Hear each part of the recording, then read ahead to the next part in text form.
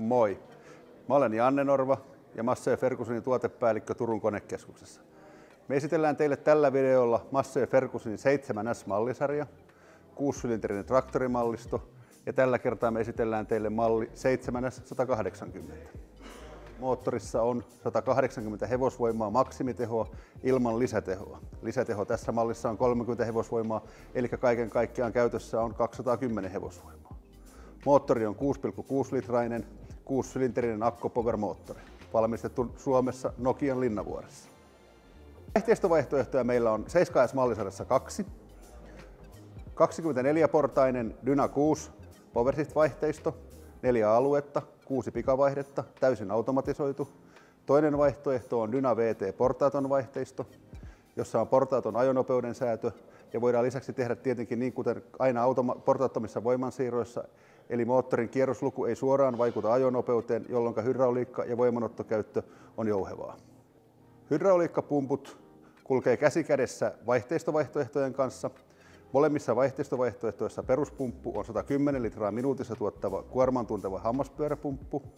Lisävarusteena Dyna 6 vaihteisto on 150 litrainen pumppu ja Dyna VT sen vastaavasti 190 litraa.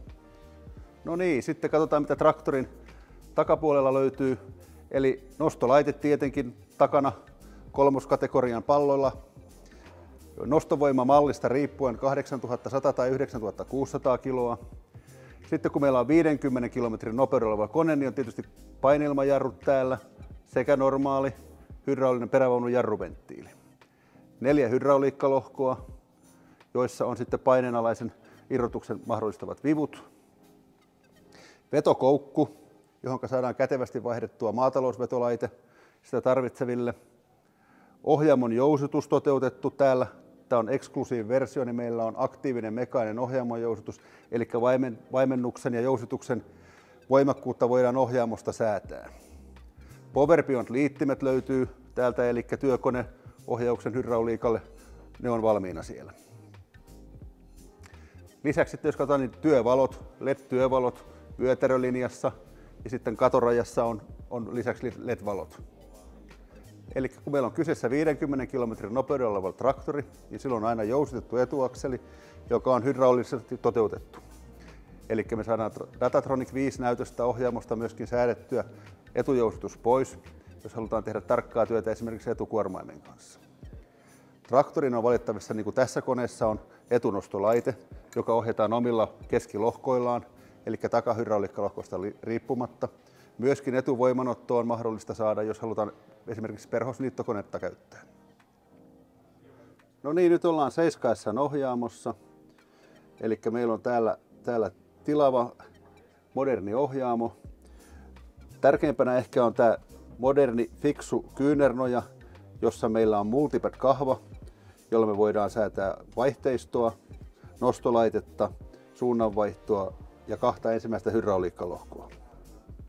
Toisena joystickilla meillä on täällä etukuormaimen tai tässä tapauksessa etunostolaitteen käyttöön ja hallintaan liittyvät joystick. Myöskin täällä on mahdollisuus suunnanvaihtoa. Sitten kun me ollaan Exclusive-koneessa täällä, niin meillä on kaikki lohkot sähköisiä, eli 4 lohkoa ja 3. ja 4. on täällä fingertip-katkaisijoilla sivupaneelissa. Datatronic 5 näyttö, eli tämän näytön kautta hallitaan traktorin toimintoja. Ollaan perusnäkymässä nyt. Ja sitten täällä meillä on valikot, joista säädetään moottorin ominaisuuksia, vaihteistoa, nostolaitteiden säädöt, hydrauliikka, voimanotto, automaattiohjaus, päisteautomatiikka ja joystickin asetukset. Konepeitto aukeaa reilusti ylös kaasusylintereiden varassa, helppo avata ja päästään helposti käsiksi huollettaviin kohteisiin. Moottorin etupuolella on helposti vaihdettavissa oleva ilmansuodatin, myöskin sen puhdistaminen on helppoa. Jäähdytin ja lauhdutinpaketti on selkeä täällä edessä ja reilut välit lauhduttimien välillä, jolloin ne on helppo puhdistaa painelmapistoilla ja pitää puhtaana. Perusvarustetasoja on 3, Essential, Efficient ja Exclusive. Käytännössä Suomeen tuodut 7S-sarjan koneet on näistä 2 parempaa versiota, eli Efficienttiä ja Exclusivea. Oikeastaan näiden mallien suurin ero on se, että Exclusive-mallissa on kaikki ulkopuolisen hydrauliikan lohkot sähköisesti hallittuja, kun taas Efficientissä on kaksi sähköistä hallintaa ja 2 mekaanista hallintaa. Luonnollisesti jokainen kone voidaan yksilöllisesti vielä tarkemmin räätälöidä varusteiden puolesta. Nämä on vain ne perusvarustetason paketit.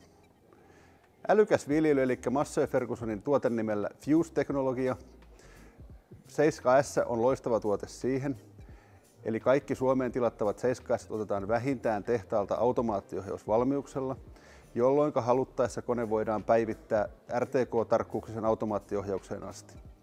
Samoin myöskin saadaan section control eli lohkoautomatiikka työkoneen ohjaukseen ja myöskin VRC eli määränsäätöautomatiikka. Nämä kaikki toiminnot on saatavilla 7S-traktoriin.